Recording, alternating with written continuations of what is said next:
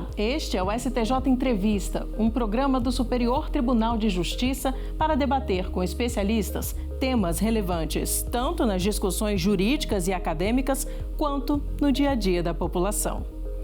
E o programa de hoje vai abordar algo essencial para preservar a nossa história, o patrimônio cultural mundial. Vamos ver também como o Poder Judiciário pode atuar na defesa desses bens tão fundamentais para definir quem somos. Para explorar esse tema, convidamos a embaixadora Paula Alves de Souza, delegada permanente do Brasil junto à Organização das Nações Unidas para a Educação, a Ciência e a Cultura, UNESCO, o presidente do Instituto do Patrimônio Histórico e Artístico Nacional, IPHAN, Leandro Grass, o juiz federal Erivaldo Ribeiro e o professor Carlos Magno, coordenador do Núcleo de Pesquisas em Direito do Patrimônio Cultural do Departamento de Direito da Universidade Federal de Ouro Preto. O mediador desta edição é o ministro do STJ, Afrânio Vilela. Mineiro, o ministro, além de ter passado grande parte da vida em um estado que acumula diversos sítios do patrimônio cultural da humanidade, já participou de julgamentos sobre o tema. Vamos conferir então como foi essa conversa.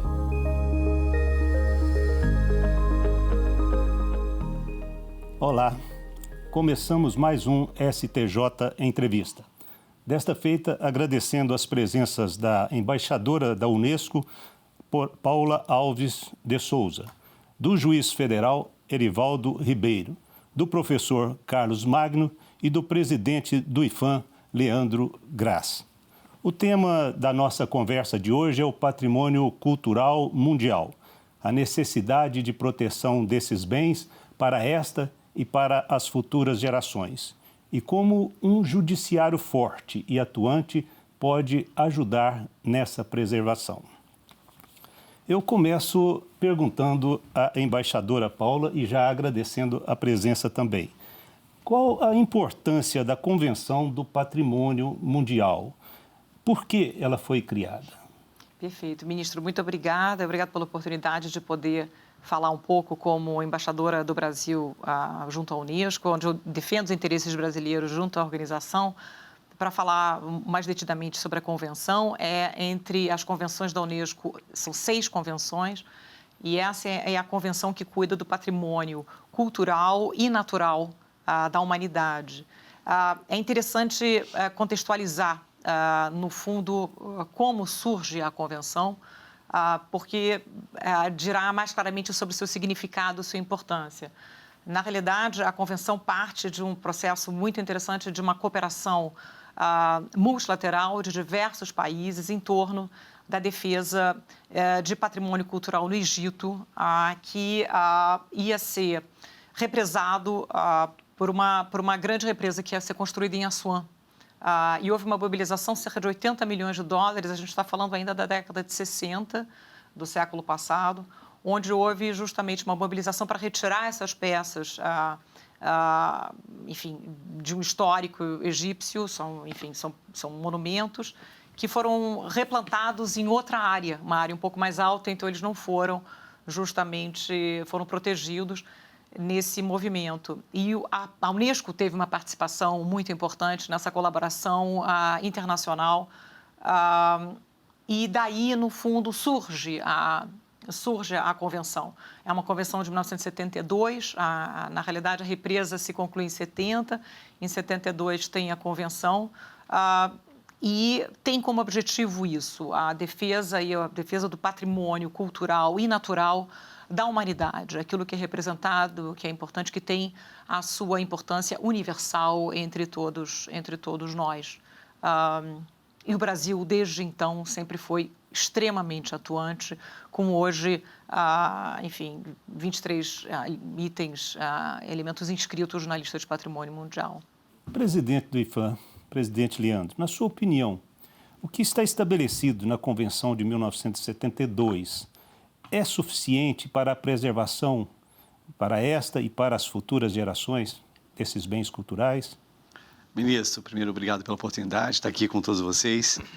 É muito importante o que a Convenção traz, um conjunto de diretrizes, um conjunto de orientações para que a gente consiga fazer a gestão desses bens mas é preciso ir além daquilo que ela estabelece, especialmente quando a gente fala da política interna, quando a gente fala dos instrumentos de gestão, do orçamento público e também os orçamentos que podem advir de outras fontes para o investimento nesses equipamentos, nesses bens culturais.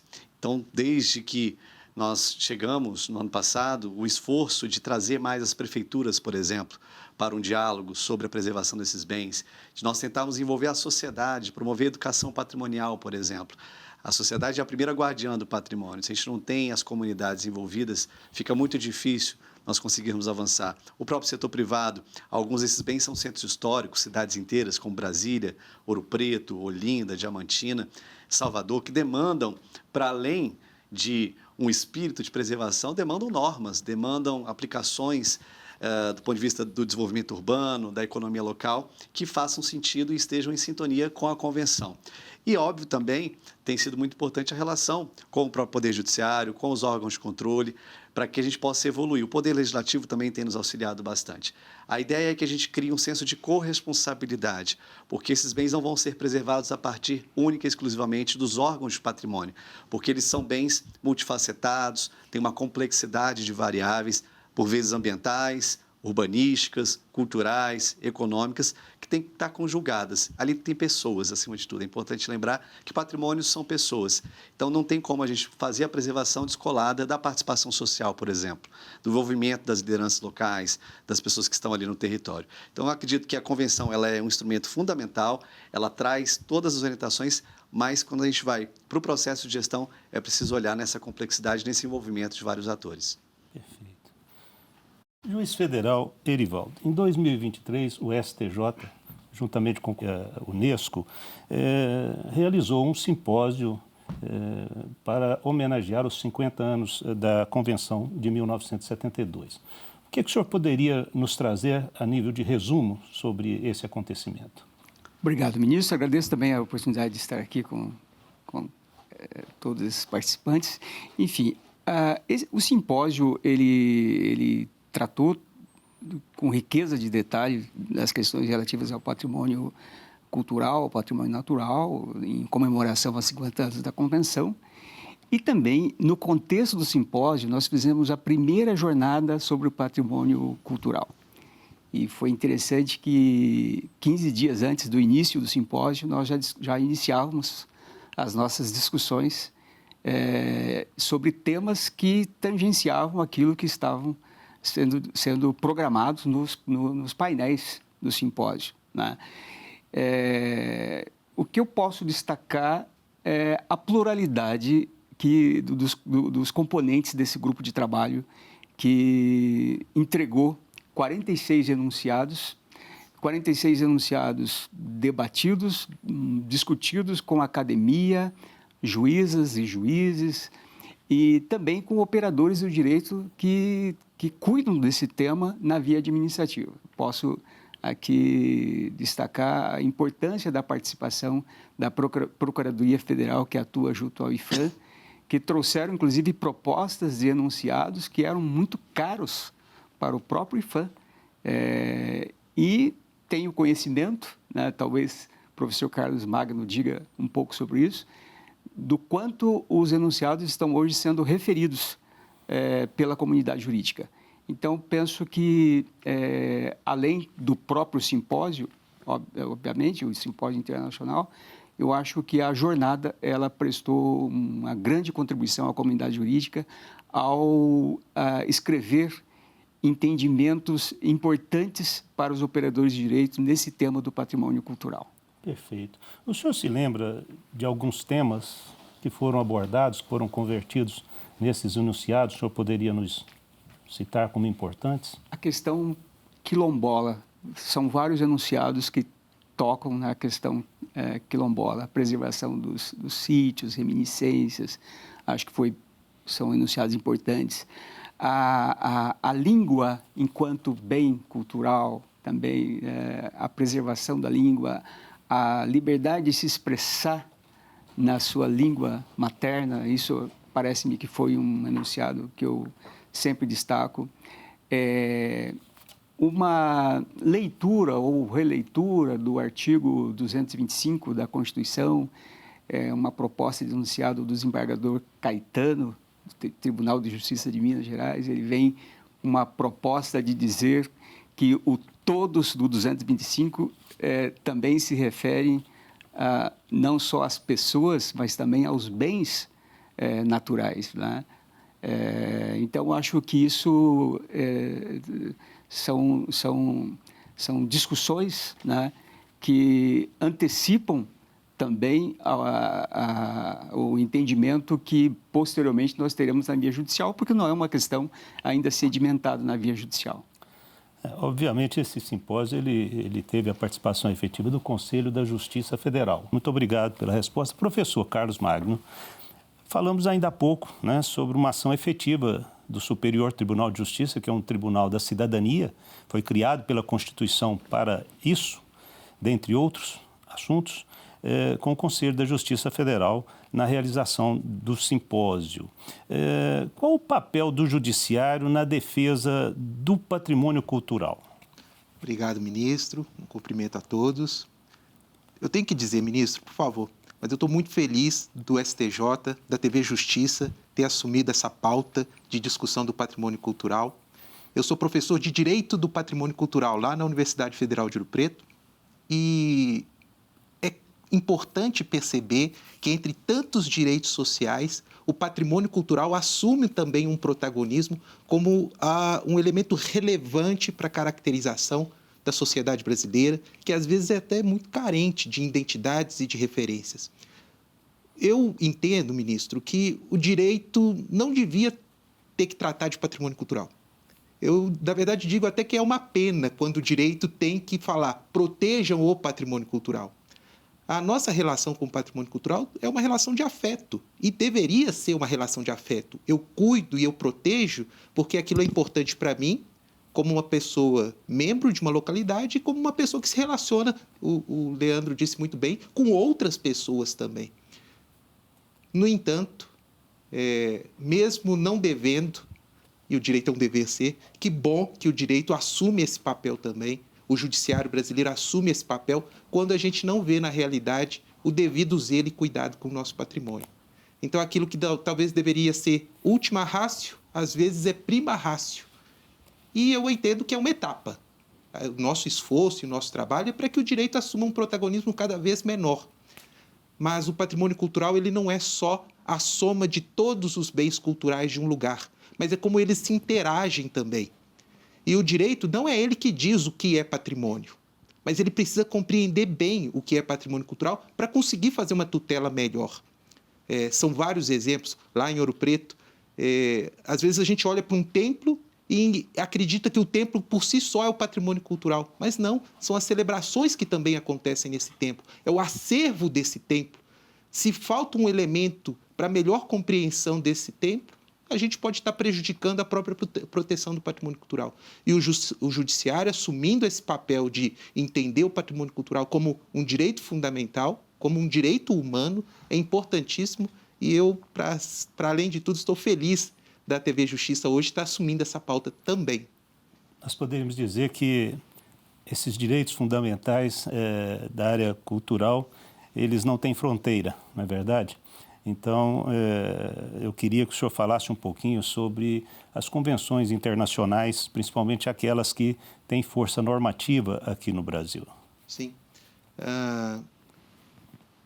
A nossa Constituição em específico, a nossa Constituição Cidadã, ela poderia ter não elegido o patrimônio cultural como um direito fundamental. E essa é a regra na maioria do mundo. A maioria das constituições do mundo não tratam o patrimônio cultural como um direito fundamental constitucionalmente consagrado. A nossa realmente dedicou, colocou o patrimônio cultural num status de direito fundamental e com grande, inclusive, esforço hermenêutico de compreensão do patrimônio. Parte disso também é por conta do quanto a nossa Constituição entende o papel dos direitos humanos para a constituição da nossa sociedade. Um dos enunciados que o juiz Erivaldo mencionou é sobre o controle de convencionalidade em matéria de patrimônio cultural. As convenções internacionais sobre patrimônio cultural, inclusive a Convenção de Paris de 72, elas têm força normativa no Brasil, sim. E se não for em termos formais, pelo menos em termos materiais. Um juiz, ele está autorizado a dar uma decisão judicial, e são várias boas decisões, inclusive envolvendo a situação dos pilotis dos prédios aqui de Brasília, dar uma decisão judicial fundado numa convenção internacional, e se não for em termos formais, pelo menos em termos materiais, na construção da justificativa. Perfeito. Embaixadora Paula, para um país como o Brasil, quais as possibilidades de explorar a convenção como vetor de política externa? Porém, eu gostaria que a senhora explicasse que, além de embaixadora, a senhora também é delegada perante a Unesco. O que significa esse delegada? Perfeito. Eu acho ótimo, é uma ótima oportunidade para explicar um pouco. Nós temos embaixadores que são bilaterais e representam o Brasil junto ao governo local. Nesse caso, nós temos um embaixador na França, brasileiro, de carreira como eu. E nós temos os diplomatas que representam o Brasil e defendem seus interesses em organismos multilaterais. Caso das Nações Unidas, caso da IEA, que fica em Viena, e o caso da Unesco, que fica em Paris. Eu sou a embaixadora, a delegada, esse é meu título. Eu sou delegada permanente do Brasil junto à Unesco. Como eu, nós são 196 países, se eu não me engano, que são membros da Unesco, então há delegados permanentes de outros países que fazem a mesma coisa que eu, que é defender os interesses de seus países junto à Unesco. Eu defendo junto ao secretariado da Unesco, mas são os interesses do Brasil. Então, no fundo, o que eu faço, eu sou porta-voz de um somatório de interesses. São os interesses veiculados pela sociedade civil brasileira, pelo governo federal, pelo judiciário. E por isso que eu acho que é uma oportunidade extraordinária de estar aqui hoje, poder conversar tão abertamente com o judiciário, pensar inclusive no elemento normativo de todas as convenções. Então, nós estamos aqui quase que entrando numa área, enfim, normativa legislativa. No fundo, a Unesco é um grande órgão deliberatório, se essa é a palavra correta em português. Mas, de qualquer maneira, o que é importante para mim é estar aqui hoje, por exemplo, com um colega do governo federal também. Então, no fundo, é uma possibilidade de que eu estando defendendo os interesses brasileiros, é defender a coisa pública, de fato. E o meu papel ao defender a coisa pública como delegada permanente do Brasil, embaixadora junto à Unesco, é de pensar, olhar, de fato, fazer uma análise política do que nós temos hoje e quais são as possibilidades futuras. E isso é muito interessante, porque nós estávamos falando aqui da cultura como um todo. A cultura como um todo são 6 as convenções da Unesco na área da cultura. Todas elas dialogam entre si. Nós estamos aqui falando de uma única convenção, que é a Convenção de 1972. Mas há outras 5 convenções e elas dialogam entre si. E o meu papel com uma equipe de diplomatas é fazer uma análise daquilo que nós temos hoje e pensar o futuro. Falando especificamente sobre a Convenção de 1972, porque é a convenção mais importante da Unesco, é inegável, mas é muito interessante qual é o papel de um país como o Brasil, que tem uma dimensão geográfica importantíssima, um país com protagonismo importante, com um diálogo muito fundamental com a África, por conta do nosso passado, com a América Latina. O que nós pensamos em relação à convenção? E eu acho que é isso muito interessante. A primeira discussão que nós temos, muito claramente, é sobre a lista do patrimônio mundial. Pensando como um bom diplomata, analista político, eu não penso num momento mais imediato. Eu penso o que a Unesco representará na sua lista em 50 anos. Se nós não atentarmos e, de fato, prestar atenção hoje, como se dão as inscrições na lista do patrimônio mundial, eu vejo como delegada permanente que há uma crescente inclusão de bens dos países desenvolvidos. Então, é muito interessante uma discussão nova que acontece hoje na Unesco e que é uma contribuição dos países do Sul, eu diria, dos países em desenvolvimento, é de dizer vamos incluir, além dos monumentos, que é algo mais tradicional, vamos inclusive incluir alguma coisa que são sítios de memória. Há diversas possibilidades hoje de se incluir aquilo que é intrinsecamente cultural. Ele não está representado num prédio bonito em Paris ou na França, mas, por exemplo, na África, um pedaço de madeira que é muito representativo de sua cultura. Então, o nosso esforço como diplomata brasileira, assistindo a todo o processo, o dinamismo, de um lado, verificar, analisar o que nós podemos fazer, que é uma discussão mais importante sobre a possibilidade de incluir os nossos bens do Brasil e de países em desenvolvimento, e, de outra parte, virar a minha cadeira e olhar para o Brasil, e em diálogo justamente com o meu principal interlocutor, que é o BIFAM, mas também o Ministério do Meio Ambiente, uma vez que nós estamos falando da Convenção de 72, que é uma convenção que cuida do patrimônio cultural e natural, mas é justamente para que nós pensamos o que nos vale a pena incluir para, veja, de novo, da ponto de vista da política externa, contribuir para que a lista seja uma lista representativa, realmente representativa do patrimônio mundial que nos represente. Juiz Erivaldo, voltando ao tema do simpósio, para o senhor, os juízes brasileiros, eles estão aplicando aqueles entendimentos dos enunciados? Sim, a gente já percebe um movimento na primeira instância de assimilação desses enunciados. Não que eles representem propriamente uma grande novidade. O que nós fizemos na discussão e em todo o debate da jornada foi consolidar entendimentos que aqui ou acolá os juízes já estavam debatendo, já estavam sentindo dificuldades em alguns problemas, né? E o que nós fizemos foi, e isso eu ressalto a importância, professor Carlos Magno, da academia junto com os juízes. De servidores da administração pública junto com os juízes, porque também julgam administrativamente essas questões relativas ao patrimônio cultural. Eu acho que essa reunião de pessoas, de profissionais que são os operadores do direito, em última análise, né, permitiu que todos estivessem na mesma página e construíssem não enunciados segundo a sua própria visão, mas enunciados que têm as várias faces desse mesmo problema.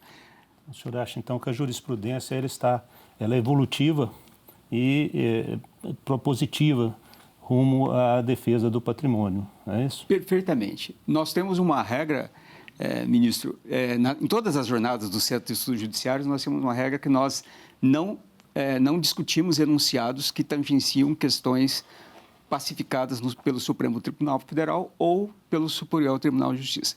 Então, nós não discutimos precedentes qualificados, né? Então, o que nós discutimos, então, o que nos restava discutir são questões que nos atormentam, né? Por exemplo, uma questão que foi muito debatida nessa jornada foi como proteger o entorno de um bem cultural, né? E aí surgiram várias manifestações, e nós não temos isso de forma consolidada, né? Então, surgiram enunciados em relação a isso. Outro debate que eu achei riquíssimo é a questão da cooperação judiciária e a cooperação interinstitucional. Há um entendimento, e aí um outro enunciado nos remete a isso, de que estamos diante de questões complexas, de problemas muito sensíveis e questões complexas e sensíveis remetem a um processo estrutural.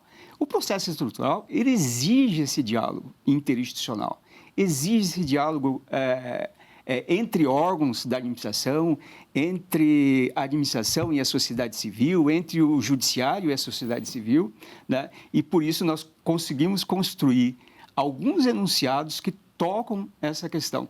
E agora, falando, ministro, como juiz, eles dão um certo conforto ao decidir, né? Nós decidimos citando e amparados num enunciado, ele conforta a nossa convicção. O senhor mencionou a academia, e aí, obrigatoriamente, eu quero voltar ao professor Carlos Magno para um complemento, professor, e indagar para o senhor qual a importância do direito ao patrimônio cultural, né, no contexto dos direitos sociais. Se me permite, ministro, eu quero fazer uma parte à fala da embaixadora Paula e também do juiz Erivaldo. A Paula no que diz respeito à representatividade e o juiz Erivaldo em relação ao papel dos enunciados.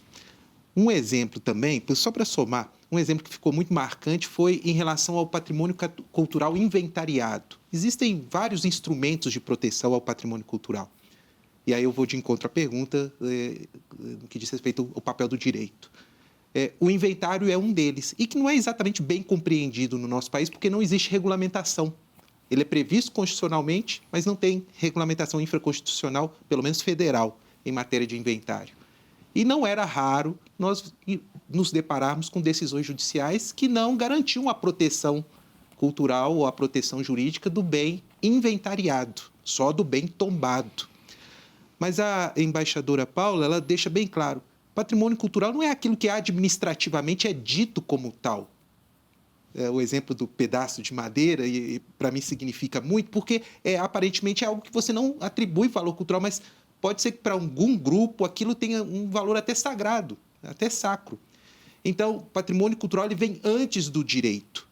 E o direito precisa compreender isso. Não apenas aquilo que formalmente foi dito como tal é que merece proteção jurídica. Até porque a Constituição não condicionou a proteção do patrimônio a nenhum prévio instrumento ou manifestação administrativa. Então, o patrimônio inventariado, por meio dos enunciados, ficou claro. Ele também está sujeito, ainda que não seja claro o nível de proteção jurídica, mas ele também está sujeito à proteção jurídica, porque se ele é inventariado, ele já é representativo para a cultura e para a identidade de alguém. Perfeito. Nós poderíamos, então, fazer uma ilação, não é? Que o bem cultural ele representa um fato pretérito e o direito regula fatos, né? Fatos, inclusive, sociais. Por isso, a proteção até posterior. Né? Ministro, se me permite, acho que esse tema do inventário, só para dialogar com o professor, porque é um tema extremamente interessante, o senhor coloca bem também dessa perspectiva que vem antes, né, da norma e vem antes da institucionalidade. Nesses últimos anos, especialmente, o IPHAN avançou numa ferramenta que a gente chama de Inventário Nacional de Referências Culturais. O pessoal gosta muito de sigla, então é o INRC, como a gente costuma chamar internamente, e para a sociedade também. E ele tem avançado bastante. A gente está com uma plataforma agora, inclusive, convidar as pessoas que estão nos acompanhando a conhecerem, onde a própria sociedade ela pode ali apresentar, a partir de documentações, a partir de relatórios e inventários, aquilo que para ela é patrimônio. E algo que tem alimentado bastante o INRC, o Inventário Nacional de Referências Culturais, são os chamados inventários participativos, que é uma metodologia que a gente tem aplicado também bastante junto a comunidades, escolas, que é o próprio povo dizendo o que é patrimônio para ele, não é o IPHAN dizendo o que é patrimônio. Então, isso tem avançado bastante. A gente tem algumas experiências, especialmente aqui em Brasília, numa parceria com a Secretaria de Educação, de estudantes de escolas públicas desenvolvendo seus inventários participativos e referenciando seus bens culturais que estão ali, principalmente no território. Eu acho que o que o professor coloca é muito importante para que a gente possa também orientar a população a se reconhecer e não só as instituições a determinarem o que é o nosso patrimônio cultural. Perfeito. Presidente Leandro, nos diga como o IPHAN identifica e seleciona esses sítios candidatos a patrimônio cultural mundial. E a pergunta serve também depois para a nossa embaixadora. Acredito que esteja dentro daquilo que nós queremos extrair de ambos e de todos. A embaixadora Paula colocou bem essa necessidade da representatividade, da gente ampliar, e também num país como o nosso, extremamente plural e diverso, nós temos bens que façam sentido para o povo brasileiro como um todo, e não só para uma determinada região ou para uma característica de bem cultural. E o Brasil tem sido bastante protagonista e vanguardista. A embaixadora Paula está acompanhando as discussões de outros países e a gente pode observar como o Brasil hoje já é um influenciador desse ecossistema, desse ambiente de cooperação em torno do patrimônio, por experiências que nós desenvolvemos em nível local e que foram bastante interessantes. Por exemplo, o caso de Paraty, que é um patrimônio misto, ele é um caso interessante para se pensar que o patrimônio ele tem essa multiplicação de variáveis o tempo todo, né, entre o ambiental, o social, o cultural. E a gente hoje tem 15 sítios, né, inscritos. O último foi o sítio Boulay Marx, que fica no Rio de Janeiro, o último patrimônio reconhecido. E há uma lista indicativa, que também é atualizada a cada ciclo. Recentemente, nós encaminhamos a Chapada do Araripe e também o Complexo da Fiocruz, né, lá de Manguinhos, no Rio de Janeiro. Mas a gente tem visto um clamor, em especial, da região norte do Brasil, para que os seus bens não só entrem na lista indicativa, mas que haja uma compreensão sobre a importância que eles têm para a identidade cultural brasileira. E nós temos, por exemplo, os teatros amazônicos, né, o de Belém, o de Manaus hoje na lista, e estamos trabalhando para que haja novas inscrições desse Brasil profundo, desse Brasil que precisa também ser apresentado a si mesmo, né, e não só para o mundo. Portanto, hoje nós temos 15 sítios reconhecidos e uma lista já ampliada de novas inscrições que agora vão partir para um amadurecimento. E aí a pergunta, objetivamente, que o senhor me faz, nós temos como principal aspecto para o amadurecimento dessas candidaturas a participação da sociedade e dos poderes públicos locais. Por quê? Para que haja já antecipadamente um compromisso, para que haja antecipadamente um engajamento na preservação desses bens. E que eles não só recebam um título, que eles não só tenham um status, mas que eles, antes de tudo, tenham uma camada, uma malha de preservação pré-constituída. Presidente, a curiosidade do mediador leva a fazer uma pergunta. Nós temos facilidade em reconhecer aqueles bens que estão visíveis, eles são a olhos nus, né? Há algum outro tipo de bem cultural que às vezes ele está fora do acesso visual. Eu vou citar um exemplo para o senhor. O IEFA me parece que tombou o Quilombo do Ambrósio, que é situado na cidade de Ibiá, no Alto Paranaíba. E lá é bem próximo da minha residência. E o que nós temos lá hoje é um ambiente tomado pelas árvores, totalmente coberto. Então não se enxerga o que ali está embaixo, porque também está enterrado. Me parece que é um dos poucos sítios quilombolas onde há remanescência. E o professor Carlos Magno Guimarães, né, na década de 70, ele esteve lá por alguns anos e conseguiu extrair bastante informações, inclusive objetos e restos que hoje estão no Museu da Universidade Federal de Minas Gerais.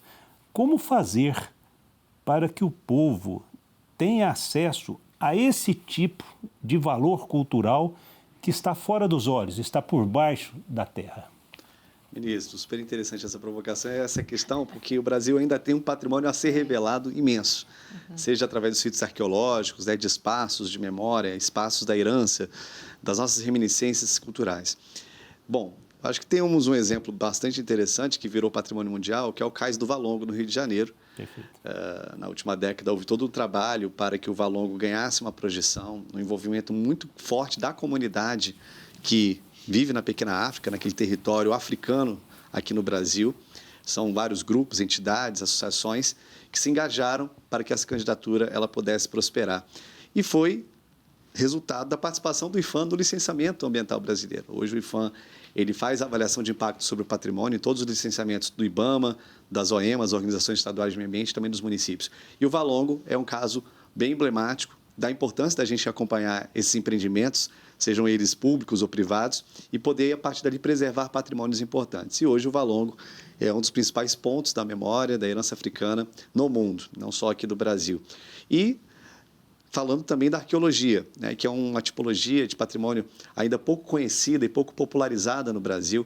Nós temos aí quase 37 mil sítios arqueológicos cadastrados pelo IPHAN ao longo desses anos, alguns preservados em instituições de guarda, outros que estão ali dispostos à população, disponíveis à população, mas que precisam ser traduzidos em conhecimento e afeto, como o professor Carlos Magno muito bem colocou. O patrimônio ele gera essa relação. Educação patrimonial é a principal forma que a gente pode encontrar para promover esses bens culturais e conectar a população.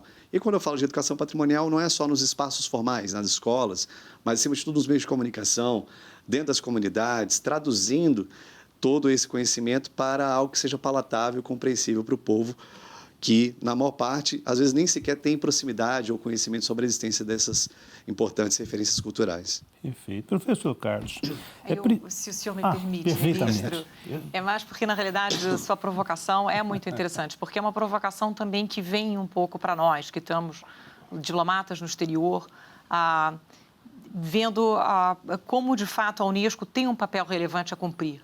E eu percebo, muitas vezes, como é crescente hoje no Brasil, na sociedade brasileira, esse olhar sobre a Unesco. Eu não sei se tem o próprio aspecto normativo, o aspecto do precedente normativo, mas como a sociedade civil hoje vê a Unesco, que eu acho que é uma mudança muito importante desde que eu comecei minha carreira na área de promoção da cultura brasileira, de perceber que a Unesco, de fato, é uma organização internacional com as suas convenções de proteção à cultura, útil para isso, para uma questão identitária, questão que nós possamos dizer, a minha cultura compõe um todo da cultura brasileira, mas a minha cultura, precisamente, eu gostaria que ela se visse mais observada com cuidado, com carinho, com apreço. Embora o IPHAN tenha 90 anos, o presidente Graça vai me corrigir se eu erro aqui na idade de vida do IPHAN, mas trazer o IPHAN vem trabalhando, são poucos os institutos com essa idade nos países membros da Unesco, por exemplo, mas é ver a sociedade civil olhando para a Unesco e pensando como é que, na realidade, eu posso valorizar a inscrição de um bem na lista de patrimônio mundial, e isso pode preservar a minha cultura. E é muito interessante, do nosso ponto de vista, como é desafiador, e é interessante, e é desafiador, mas construtivamente nós estamos, acho que, caminhando bem nesse sentido, esse diálogo sociedade civil, IPHAN, Itamaraty, no exterior, para que a gente possa conjuntamente pensar como se pode dar um processo de inscrição que possa ser útil e importante para nós. Nós, eu digo, não apenas para essa comunidade local, mas, por exemplo, para o Brasil na sua representatividade no exterior. E concluindo, por exemplo, quando se pega o caso do Valongo, né? Justamente como ele bem disse, o caso do Valongo tem algo de palpável, tem, mas ele é sobretudo uma questão de sítio sensível, inclusive. São pouquíssimos os bens listados no patrimônio mundial com essa denominação. Nós estamos falando aqui já de um outro patamar, não é um monumento que é bonito, que é precioso, mas aquele momento da história que é de uma sensibilidade profunda e que deve ficar guardado. O passo seguinte que nós temos que fazer como Brasil é um diálogo com a África. E isso o nosso objetivo muito é que de que maneira nós podemos dialogar com o Benin, por exemplo, que teve um porto de exportação justamente de escravos, que dialogava muito com o Valongo. Ou seja, de que maneira o Brasil pode, na sua política externa, não apenas preservar a sua cultura, mas buscar valorizá-la ainda mais nesse diálogo com sua cultura além-mar, né, do seu passado. Então, não é palpável, mas ela é fundamental e ela é, no final das contas, eu digo apenas, por exemplo, essa questão dos quilombolas, aquilo que o senhor disse que isso não é necessariamente visível, mas que intrinsecamente é uma questão de identidade cultural do brasileiro, da nossa cultura, e qual é o papel que nós temos que fazer juntos, todos, né? Judiciário, executivo, para fazer valer isso na comunidade internacional e ver isso refletido na lista do Patrimônio Mundial da Unesco. Embaixador, então seria crível pensarmos que, para que seja garantida a proteção de um bem ou de uma manifestação cultural, ele não precisaria estar formalmente reconhecido. Nós teríamos manifestações e bens não formais, não formalmente reconhecidos, mas que, dada a importância para uma localidade, para um povo, eles poderiam sim ter uma proteção Veja, o meu entendimento, quer dizer, eu como hoje diplomata brasileira junto à Unesco, eu acho que nós ganhamos imensamente ao vê-lo formalmente reconhecido na lista do Patrimônio Mundial ou nas demais áreas das convenções da Unesco na área da cultura, porque não vamos trazer aqui a outra, mas, por exemplo, justamente é a Convenção de 2003, que é a do bem imaterial, que é de uma importância fundamental, que no fundo, são os valores e costumes que se veem aí representados, mas eu acho que a possibilidade de nós pensarmos criativamente, e criativamente é mais grave do que isso, é pensar estrategicamente, e o presidente do IPHAN sabe disso, porque eu brinco com ele, que eu estou sempre ali enfim, infernizando a vida dele, eu posso dizer, para que nós pensemos a longo prazo, porque demora muito a inscrição de um bem. É um processo longo, é um processo, não é que nós decidamos em 6 meses, isso vai a julgamento, análise da Unesco. É alguma coisa de cerca de 2 ou 3 anos. Então, na realidade, eu acho que é um processo é um processo de consulta às comunidades locais, é um processo de construção de um dossiê, depois vai para análise da própria Unesco. Então, é impressionante, nós temos que o presidente do IPHAN senta na cadeira, ele já tem que pensar, no fundo, no que ele vai estar inscrevendo daqui a 3 ou 4 anos. Então, seja um processo estrategicamente cansativo no sentido muito consumirá muito daquilo que nós temos que pensar com planejamento político mesmo. Entendi. Presidente Leandro, então, como é que nós poderíamos avançar em uma diversidade do ponto de vista regional e territorial, e aí, inclusive aqui no Brasil, evidentemente, né, já que a embaixadora passou a bola para o senhor nesse momento? A embaixadora Paula coloca bem sobre essa importância de uma articulação também, né, de algo que vá para além do próprio valor arquitetônico ou físico do patrimônio que a gente está indicando. Aí, ministro, eu retorno muito à estratégia interna, né, à política do patrimônio que se dá no âmbito do país e que se dá também no âmbito estadual e municipal. A gente está, nesse momento, tentando construir o Sistema Nacional de Patrimônio Cultural, junto com estados e municípios. Agora estamos também com o tombamento dos quilombos, regulamentado por portaria. E isso vai nos jogando para aquilo que eu chamo de Brasil profundo, de Brasil real. E talvez aí esteja a receita para que a gente consiga alcançar, no médio e longo prazo, uma representatividade maior. Porque esses bens que nós inscrevemos na lista são bens que já têm um reconhecimento do próprio IPHAN, já têm os seus reconhecimentos locais, que já estão ali, de alguma maneira, cautelados, com políticas de preservação em curso. E que é o que garante justamente que a gente atinja essa escala, que é uma escala de reconhecimento internacional. Mas, se a gente não fizer também um exercício de deslocar o orçamento na preservação do patrimônio, o nosso esforço institucional, eu tenho particularmente, junto com as nossas equipes, visitado lugares que o IPHAN nunca visitou enquanto instituição, nunca estabeleceu contato com essas prefeituras, nunca esteve com essas comunidades, seja na Amazônia, eu estive no Amapá há cerca de 3 semanas, lá em Calçoene, onde a gente tem o Parque do Solstício, que é um potencial candidato a patrimônio mundial.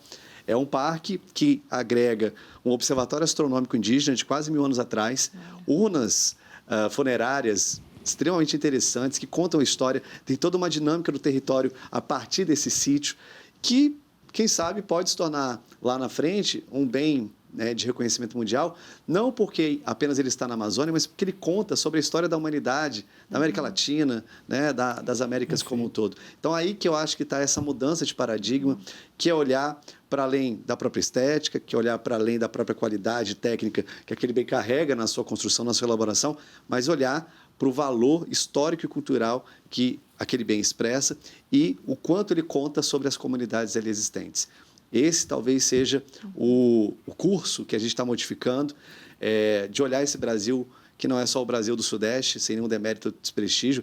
A gente tem aí cidades importantes como Ouro Preto, Congonhas, temos Diamantina na lista do patrimônio, o Rio de Janeiro tem o Sítio Buller Marques, as Paisagens Cariocas, Paraty. Então, são 6 desses 15, mas é hora também de a gente começar a olhar esse Brasil, que é pouco visto até pelos próprios brasileiros. Perfeito.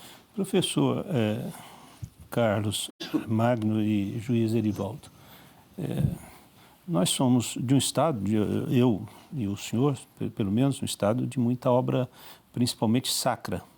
E nós sabemos da movimentação dessas obras ao longo dos tempos, né, por interesses daqueles que querem preservar, ainda que ao seu modo, né, e ao seu talante.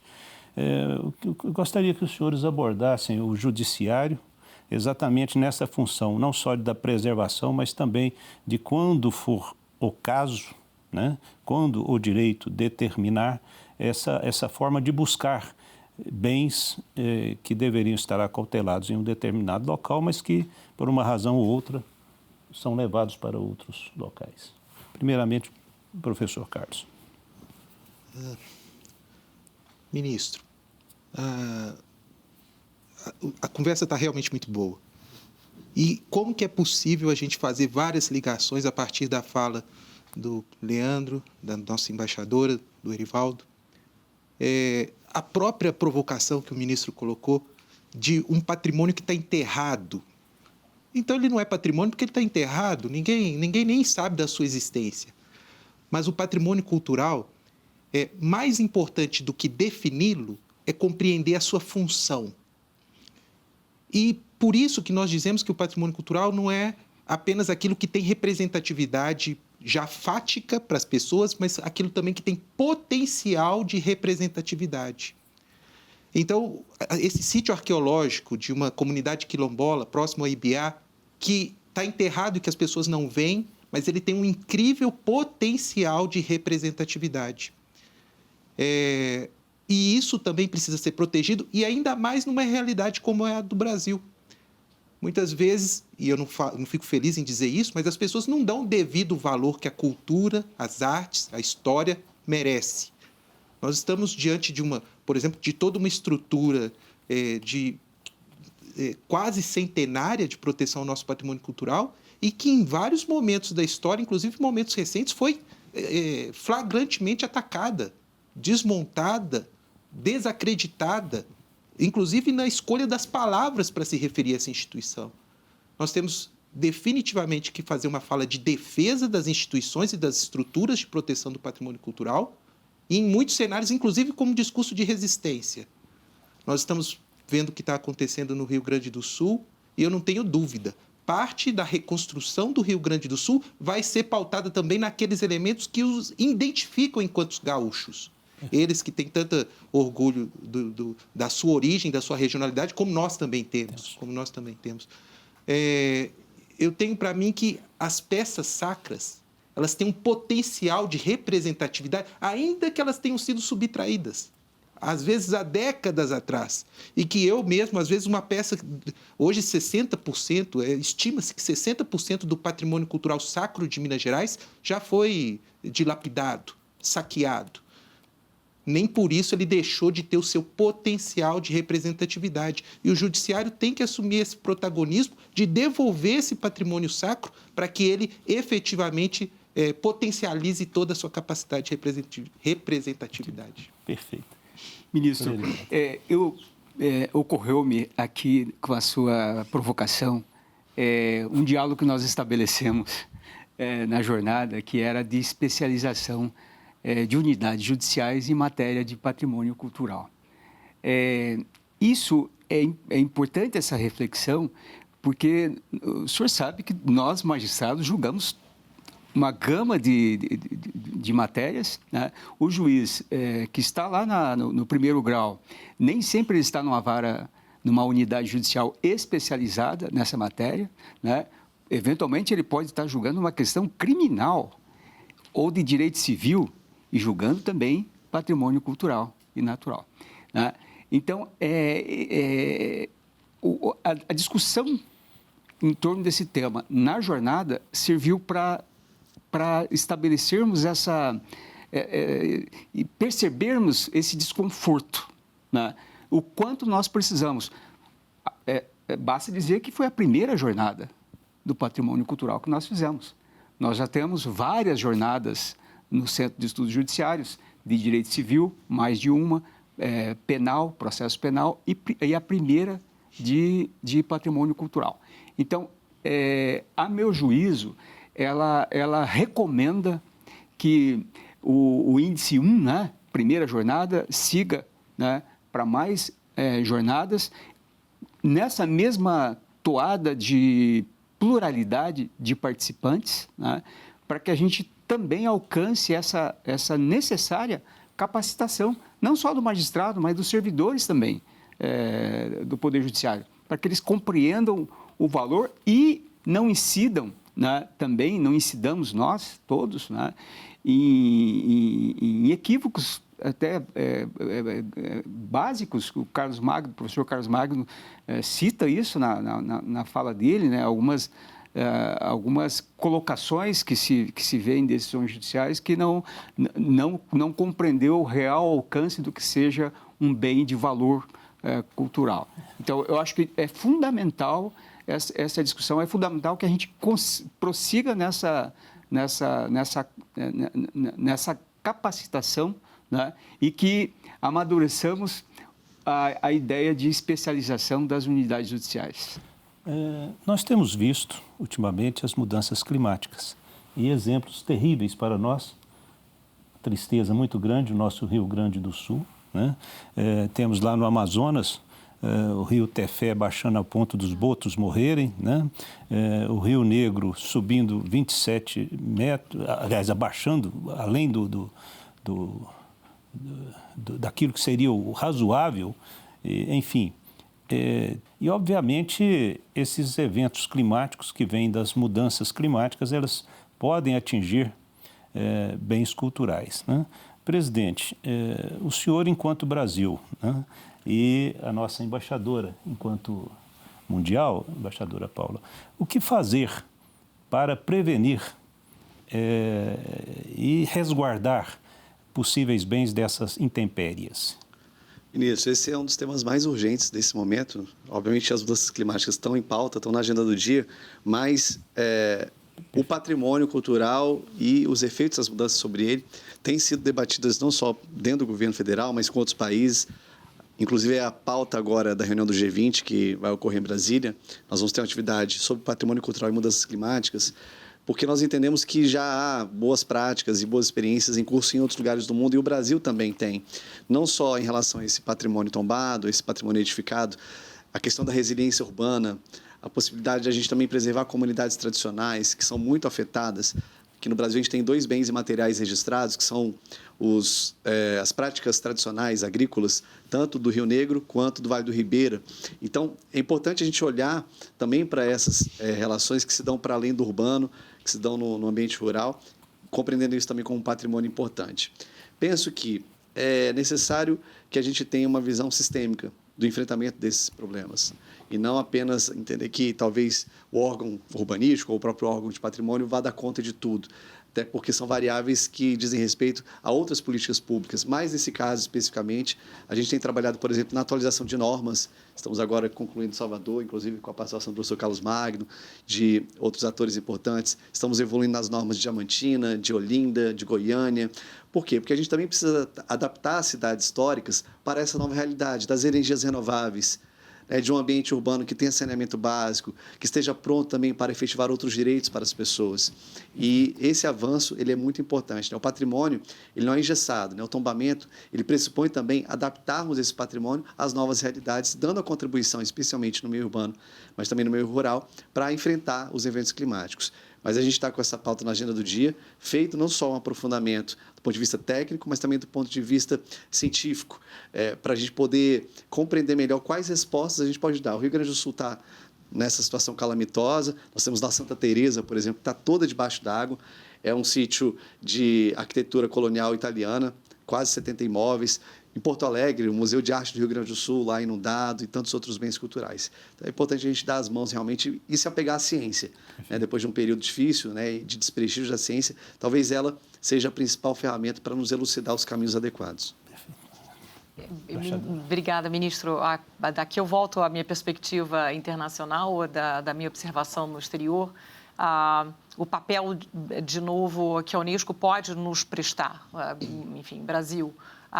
Interessante notar a realização de uma reunião, uma conferência internacional importante sediada pela Unesco no México, que se chamava Mondiacult, foi a segunda edição do Mondiacult, foi em 2022, em que se falou claramente sobre a importância da relação entre cultura e mudanças climáticas.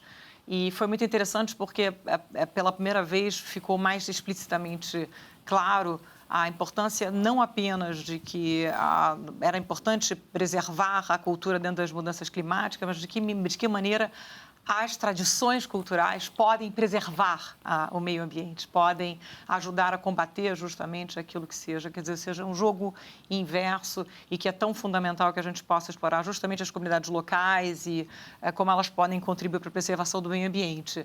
Isso é um aspecto. O segundo aspecto é que é cada vez mais crescente a discussão dentro da Unesco, que cuida de muita coisa, além das ciências convenções na área da cultura, cuida também de ciências naturais, entre elas da questão justamente das mudanças mudanças climáticas.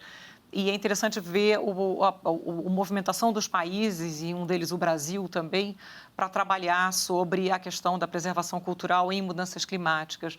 É interessante que isso já foi um elemento na última COP com os Emirados Árabes Unidos, que sediou a última COP. A próxima COP vai ser no Azerbaijão, onde o Brasil teve, com esses dois governos, uma contribuição muito importante sobre a questão da preservação da cultura, dos bens culturais, e esses 3 países estão trabalhando nessa continuidade dentro do contexto da COP, para que a gente possa ter isso muito claro. E, para concluir, eu acho que é fundamental dizer como foi importante a decisão do governo brasileiro, pela primeira vez que cedia o G20, mas que é o primeiro país do G20 a convidar a Unesco para ser uma das 12 organizações com diálogo privilegiado. Na realidade, eu, como embaixadora do Brasil junto à Unesco, fiquei extremamente satisfeita, porque a única organização internacional que trata da fábrica social, do tecido social, que compõe uma sociedade, a própria sociedade mundial, é a Unesco. É a Unesco que cuida de educação, de cultura, de todos os temas fundamentais. Não adianta a gente apenas discutir arcabouços econômicos, é importante que tenha uma organização que traga justamente o tecido social que represente a construção de uma sociedade. E, felizmente, a Unesco faz parte, e isso é de uma enorme satisfação para todos nós. Muito orgulho do Brasil ter feito essa decisão, tomado essa decisão. Olha, nós precisaríamos ter aqui um tempo muito mais alongado para continuar essa gostosa conversa sobre bens culturais, né? Todavia, o tempo labora contra nós. E por isso mesmo eu quero agradecer, em nome do Superior Tribunal de Justiça, a presença da embaixadora da Unesco, doutora Paula Alves de Souza, que também é delegada, né, brasileira.